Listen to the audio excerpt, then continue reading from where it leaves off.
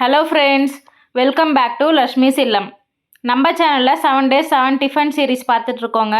இன்றைக்கி டே 4ல் தாளிச்ச இட்லி எப்படி பண்ணுறதுன்னு பார்க்கலாம். ரொம்பவே ஈஸியான ரெசிபிங்க. கண்டிப்பாக நீங்களும் ட்ரை பண்ணி பாருங்கள். ரொம்பவே டிஃப்ரெண்ட்டாகவும் இருக்கும். இப்போ வாங்க வீடியோக்குள்ளே போகலாம்.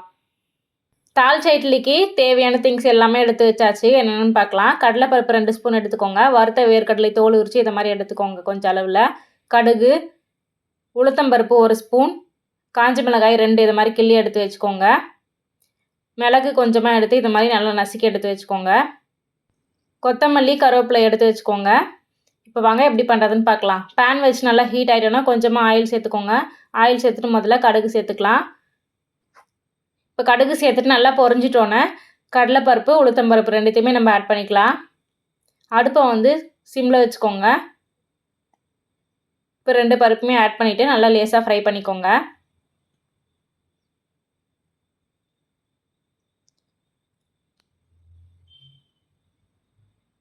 கொஞ்சம் லேசாக ஃப்ரை ஆனோடனே இதில் நம்ம மிளகு ஆட் பண்ணிக்கலாம். மிளகு இது மாதிரி நசுக்கி ஆட் பண்ணிக்கோங்க. காரத்துக்கு ஏற்ப ஆட் பண்ணிவிட்டு லேசாக ஃப்ரை பண்ணிக்கோங்க. ஃப்ரை பண்ணிவிட்டு இப்போ காஞ்ச மிளகாய், வேர்க்கடலை 2மே ஆட் பண்ணிவிட்டு நல்லா ஃப்ரை பண்ணிக்கோங்க. நல்லா பொன்னிறமாக வறுந்துட்டோன்னே கொத்தமல்லி, கருவேப்பிலை 2த்தையுமே ஆட் பண்ணிக்கோங்க. ஆட் பண்ணிவிட்டு லேசாக ஃப்ரை பண்ணிவிட்டு எடுத்துருங்க. ஃப்ரெண்ட்ஸ், இந்த சேனல் நீங்கள் இன்னும் சப்ஸ்கிரைப் பண்ணலாம், மறக்காமல் சப்ஸ்கிரைப் பண்ணிக்கோங்க. அப்படியே பக்கத்தில் இருக்க பெல் ஐக்கானையும் கிளிக் பண்ணிக்கோங்க. பாருங்கள், நல்லா பொன்னிறமாக வந்துடுச்சு. இந்த ஸ்டேஜில் நம்ம எடுத்துக்கலாம். இட்லி மாவு நல்லா கட்டியாக உப்பு சேர்த்துட்டு நல்லா மிக்ஸ் பண்ணி எடுத்து வச்சாச்சு. இதில் நம்ம ஃப்ரை பண்ணி எடுத்து வச்சுருக்கதை ஆட் பண்ணிக்கலாம். நார்மலாக நம்ம டெய்லி இட்லி செய்கிறத விட இதை மாதிரி டிஃப்ரெண்ட்டாக ட்ரை பண்ணி பாருங்கள். ரொம்பவே டேஸ்டியாகவும் இருக்கும். எல்லாத்தையுமே இதில் போட்டுட்டு நல்லா மிக்ஸ் பண்ணிக்கோங்க. அடியில் தங்கிடாமல் நல்லா மாவில் மிக்ஸ் பண்ணிக்கோங்க. நல்லா மிக்ஸ் பண்ணியாச்சு. இட்லி பாத்திரம் வச்சுட்டு தண்ணி சேர்த்தாச்சு. தண்ணி நல்லா ஹீட் ஆகிட்டோன்னே அடுப்பை சிம்மில் வச்சுட்டு இதில் நம்ம இட்லி தட்டில் இட்லி ஊற்றிக்கலாம். ஒரு கரண்டி மாவாக இதில் ஊற்றிக்கோங்க. தீட்டமாக இப்போ பாருங்கள், எல்லாத்தையுமே இதை மாதிரி ஊற்றியாச்சு. இதில் நம்ம இப்போ முந்திரி பருப்பு ஆட் பண்ணிக்கலாம்.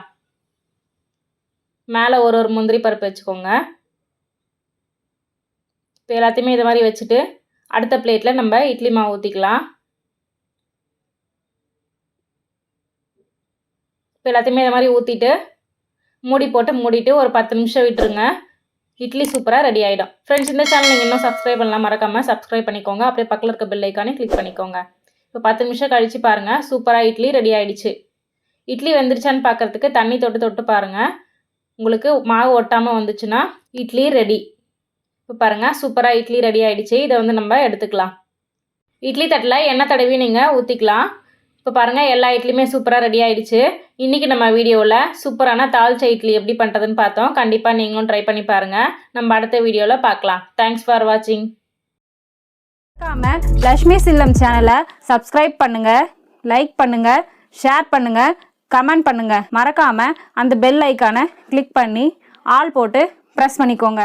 ஓகே ஃப்ரெண்ட்ஸ், நம்ம அடுத்த வீடியோவில் பார்க்கலாம். தேங்க்ஸ் ஃபார் வாட்சிங். Keep supporting us.